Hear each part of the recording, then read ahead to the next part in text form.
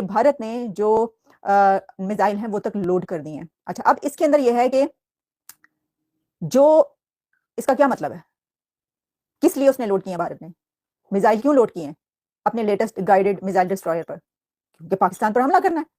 لیکن 1960 میں بنگلہ دیش پاکستان کا حصہ تھا جی, اور ایکسپورٹ میں پٹسن جو ہے وہ بھی شامل. ٹھیک ہے, اسی طرح 1990 میں آ جائیں.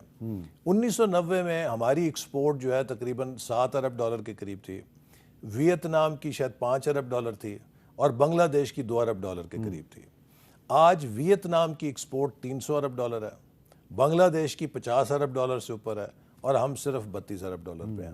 انڈیا نے اپنے میزائل لوڈ کر دیے ہیں. بھارت نے INS سورت میں جو کہ لیٹسٹ گائیڈڈ میزائل ڈسٹرائر ہے اس میں اپنے میزائل لوڈ کر دیے ہیں اور وہ اس وقت پانیوں میں ہے. Terror attack. Members of the Indian diaspora across the world held protests across the weekend to condemn the deadly terror attack in Pahalgam last Tuesday. The demonstrations took place in several countries including the United States, Canada, Denmark, the United Kingdom, France, Finland, Germany and Spain. پاکستانیوں تمہیں بالکل بھی self respect نہیں ہے نا. You are a nation without self respect. مطلب تم میں بالکل 2% کی سیلف ریسپیکٹ نہیں ہے کہ یار اگر کوئی مجھے الٹا سیدھا بول دے نا, اگر کوئی مجھے گالی دے دے, مجھے کوئی الٹا سیدھا بات, میں بھگوان کی قسم کہہ رہا ہوں میں اس کے محلے کی طرف مڑ کے نہ دیکھوں زندگی بھر. ان سب ملکوں کو جاپان سے لے کے کوریا, ملیشیا, چین, ویتنام, انڈیا, بنگلہ دیش دیکھیں تو ان سب میں آپ کو 4 بنیادی ستون نظر آتے ہیں کہ جو انہوں نے ڈیولپمنٹ کے ایکو سسٹم کو بنایا. پہلے نمبر پہ پیس اور ہارمنی, دوسرے نمبر پہ پولیٹیکل سٹیبلٹی, تیسرے نمبر پہ ایک 10 سال کا پولیٹیکل ٹینیور جس نے پالیسیز کو 10 سال کا ٹینیور یا کنسسٹنسی دی, 10 سال تک تسلسل دیا پالیسیز کو, اور چوتھے ان کی کمٹمنٹ ٹو ریفارم. اچھا یہ 4 چیزیں ہر امریکن اتھارٹیز نے یہ کہہ دیا ہے کہ ہم آپ کے ساتھ ہیں ان وار اگینسٹ ٹیررزم, دہشت گردی کے خلاف جنگ میں ہم آپ کے ساتھ ہیں. ملک کے اندر ہیں.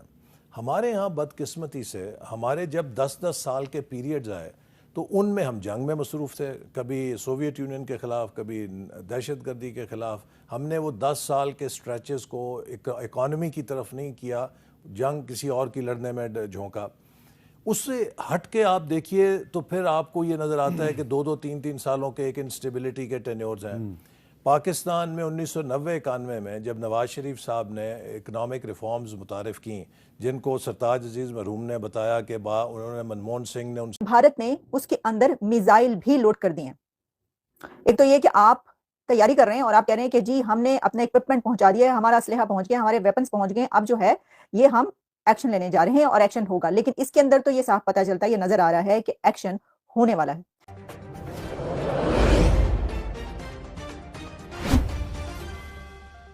ان سب ملکوں کو جاپان سے لے کے کوریا, ملیشیا, چین, ویتنام, انڈیا, بنگلہ دیش دیکھیں تو ان سب میں آپ کو 4 بنیادی ستون نظر آتے ہیں کہ جو انہوں نے ڈیولپمنٹ کے ایکو سسٹم کو بنایا.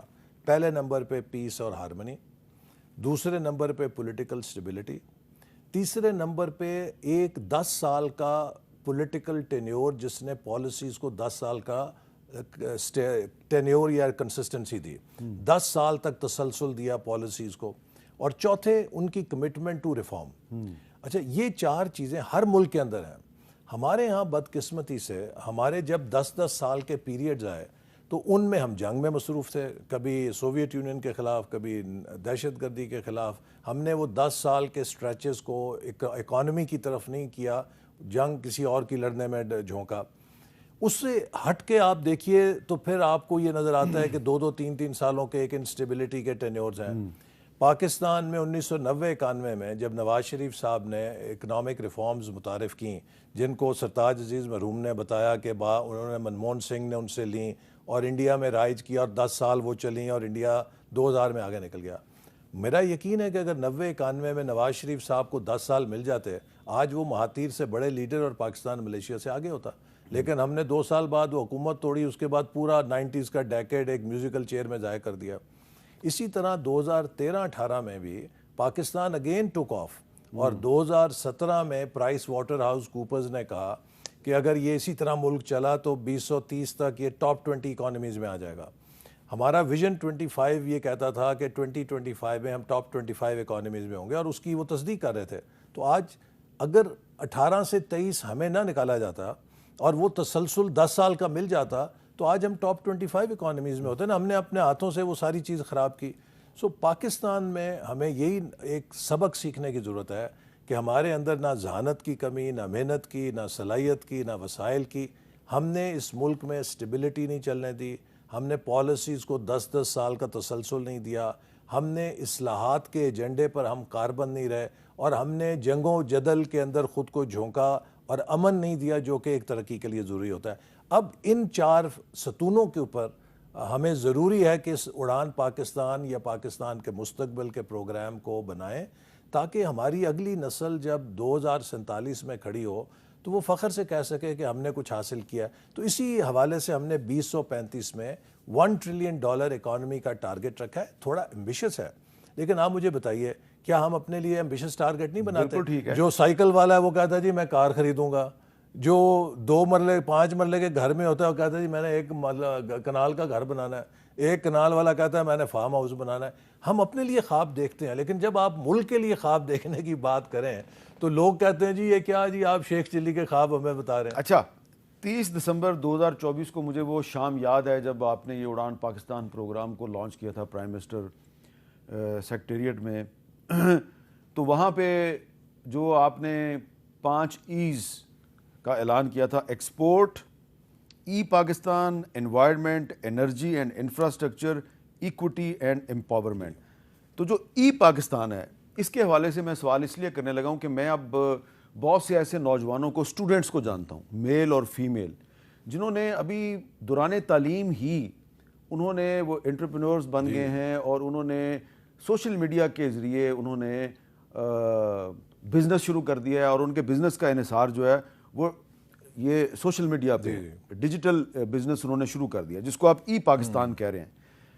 تو آپ کہتے ہیں کہ آپ نے آئی ٹی کی شعبے میں ایکسپورٹس بھی کرنی ہے. تو یہ پاکستان میں جو سوشل میڈیا پر جو پابندیاں لگتی ہیں بار بار، اس سے آپ نہیں سمجھتے کہ آپ کا یہ اڑان پاکستان پروگرام کا جو دوسرا پوائنٹ ہے ای پاکستان، اس پہ بہت منفی اثر پڑے گا؟ ہاں دیکھیے، آپ نے بہت اچھا سوال کیا. دیکھیں اصل میں اگر آپ یہ دیکھیں نا، یہ جو کچھ ہوتا ہے اس سے شاید ہمارے سافٹ ویئر ایکسپورٹ یا بزنس میں اتنی ڈسرپشن نہیں، لیکن ملک کی ایک پرسیپشن انٹرنیشنلی متاثر ہوتی ہے.